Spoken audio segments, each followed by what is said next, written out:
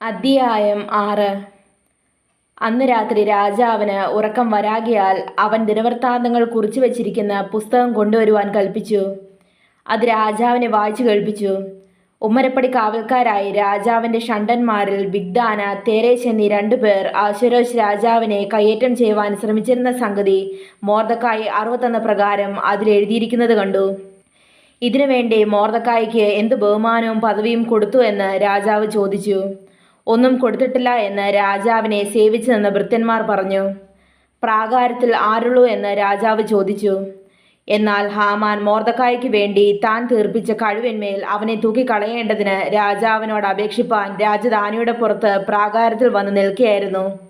രാജാവിൻ്റെ ഭൃത്യന്മാർ അവനോട്, ഹാമാൻ പ്രാകാരത്തിൽ നിൽക്കുന്നുവെന്ന് പറഞ്ഞു. അവൻ അകത്ത് വരട്ടെ എന്ന് രാജാവ് കൽപ്പിച്ചു.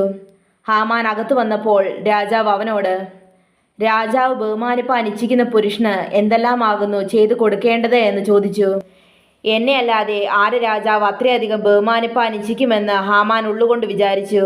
ഹാമാൻ രാജാവിനോട്, രാജാവ് ബഹുമാനിപ്പാൻ ഇച്ഛിക്കുന്ന പുരുഷന് വേണ്ടി രാജാവ് ധരിച്ചു വരുന്ന രാജവസ്ത്രവും രാജാവ് കയറുന്ന കുതിരയും അവൻ്റെ തലയിൽ വയ്ക്കുന്ന രാജകിരീടവും കൊണ്ടുവരട്ടെ.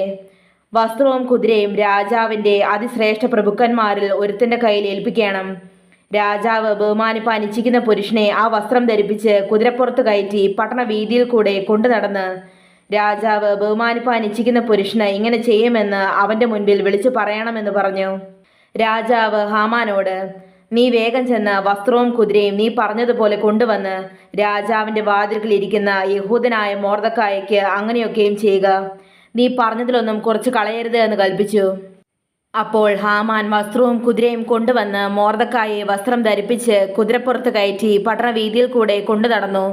രാജാവ് ബഹുമാനിപ്പാൻ ഇച്ഛിക്കുന്ന പുരുഷന് ഇങ്ങനെ ചെയ്യുമെന്ന് അവൻ്റെ മുൻപിൽ വിളിച്ചു പറഞ്ഞു. മൊർദെഖായി രാജാവിൻ്റെ വാതിൽക്കൽ മടങ്ങി വന്നു. ഹാമാനോ ദുഃഖിതനായി തല മൂടിയും കൊണ്ട് വേഗത്തിൽ വീട്ടിലേക്ക് പോയി. തനിക്ക് സംഭവിച്ചതൊക്കെയും ഹാമാൻ ഭാര്യയായ സേരേശിനോടും തൻ്റെ സകല സ്നേഹിതന്മാരോടും വിവരിച്ചു പറഞ്ഞു. അവൻ്റെ വിദ്വാൻമാരും അവൻ്റെ ഭാര്യ സേരേശും അവനോട്, മൊർദെഖായിയുടെ മുൻപിൽ നീ വീഴുവാൻ തുടങ്ങി. അവൻ യഹൂദ വംശക്കാരനാകുന്നുവെങ്കിൽ നീ അവനെ ജയിക്കുകയില്ല, അവനോട് തോറ്റുപോകുകയുള്ളൂ എന്ന് പറഞ്ഞു. അവർ അവനോട് സംസാരിച്ചു കൊണ്ടിരിക്കുമ്പോൾ രാജാവിൻ്റെ ഷണ്ഡന്മാർ വന്ന് എസ്തർ ഒരുക്കിയ വിരുന്നിന് ഹാമാനെ വേഗത്തിൽ കൂട്ടിക്കൊണ്ടുപോയി.